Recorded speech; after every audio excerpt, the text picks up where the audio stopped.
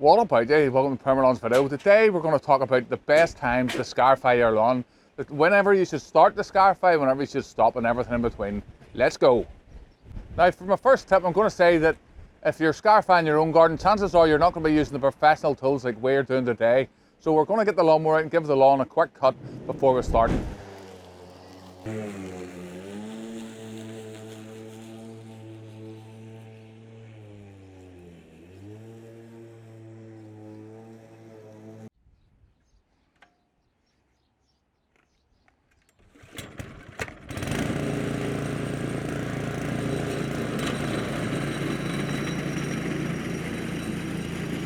Now we're doing aeration. Aeration is really good to do on any lawn. Over time your lawn becomes compacted, and aeration puts lots of little holes in your lawn, thousands and thousands of little holes in your lawn, and it lets the air and the water down into your lawn and helps your lawn breathe. Absolutely fantastic to do on any lawn. So at the minute we're doing some solid tine aeration. We do the solid tine this time of year as we don't want to dry out the surface too much. If you do hollow tine aeration coming into the summer, you can find if you get a dry spell, you can dry out the lawn.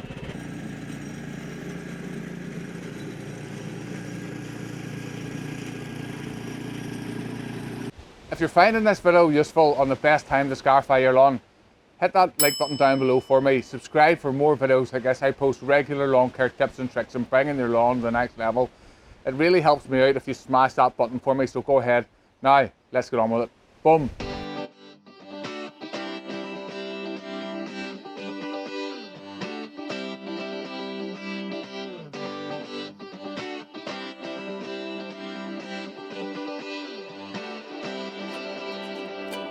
Feel it in my bones, I can feel it in my veins.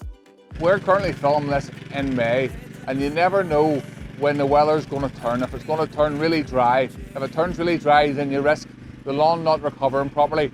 If it's going to be your own lawn, there's not so much of an issue if you're happy enough to water, but you always have to think about if it's been dry for an extended period of time before you start scarifying, are you going to risk a hose pipe ban? Because say for example you're very hard on the lawn and then you need to seed it afterwards, and then there's a hose pipe ban, you're going to be in trouble. So if you're going to be scarifying this time of year, always think about condition the lawns in. Are you best to hold off to September? Can you do it in the autumn whenever you're going to be guaranteed warm soils and it's going to be damp enough that you're not going to have to worry about a hose pipe ban? It also depends how far north or how far south you are. We're just outside Belfast, Northern Ireland, and we're fairly far north in the UK. If, for example, you're in the southeast of England, scarifying in May might be too late for you. I was down, but things are looking up.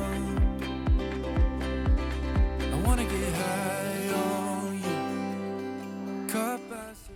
The best time to scarify your lawn, you can actually scarify your lawn all year round if ground conditions allow, but you really shouldn't. So you only want to do it whenever the grass is actively growing and whenever there's going to be good recovery.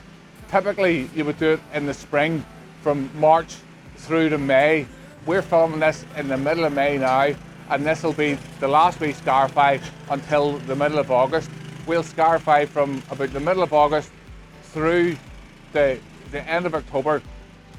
Different parts of the UK will carry on scarifying right up until probably the end of November or into November. We can't do it here because it gets too cold in the winter.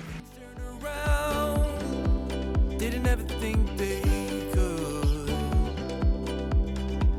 I'm done with the bad, I need a little bit of good.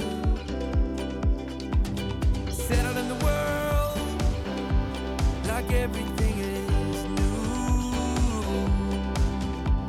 Stepped on a path, that led me straight to you. At the minute there, my helper Daniel, he's doing 2 passes. The closer you bring the lines together, the less hard you are on the turf. So as we're getting very close to the end of the year, we don't want to be too hard. If I want a straight crisscross, we'll take a lot more out and be a lot harder. And if we have that dry weather, please dry weather, in a couple of weeks' time, then that's going to work against me for the Scarifying because the lawns aren't going to recover properly. Now we have the lawn scarified, you can see the stuff that's come out of it, which is quite usual. We have a lot of dead grass, moss, thatch. This is typically what you'd expect to see coming out of a lawn that's just been scarified. You can just see it's just a selection of organic material, and removing this here is going to help the lawn breathe. Having a bit of thatch in your lawn is perfectly acceptable, and it's actually healthy for a good lawn.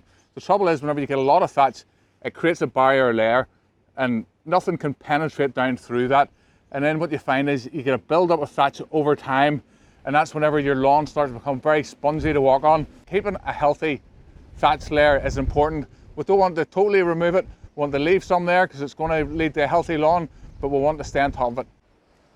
Now, something that's really good for Scarifying, we use these commercially, are these rakes here. The good thing about them is they have these teeth on them. The shape of it means you can keep your back straight and you can gather up quite a lot of stuff with them. So if you want to buy one of these here, I'll leave an affiliate link down where you can pick one of these up from Amazon. Really good. Been using this particular one for years too. Our next step is now to put on the moss control. There is no products in the UK that kill moss.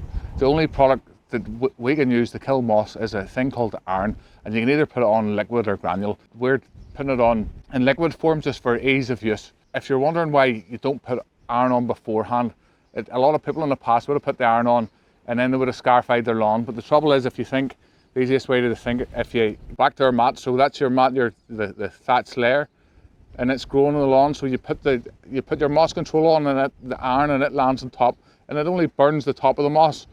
So whenever you scarify, if you think you're actually opening the moss right up, and then you put the iron on and it gets right down to the base of the plant, and it does a much better job of controlling it all because it burns it, it doesn't kill it, it burns it, and that's how it controls it.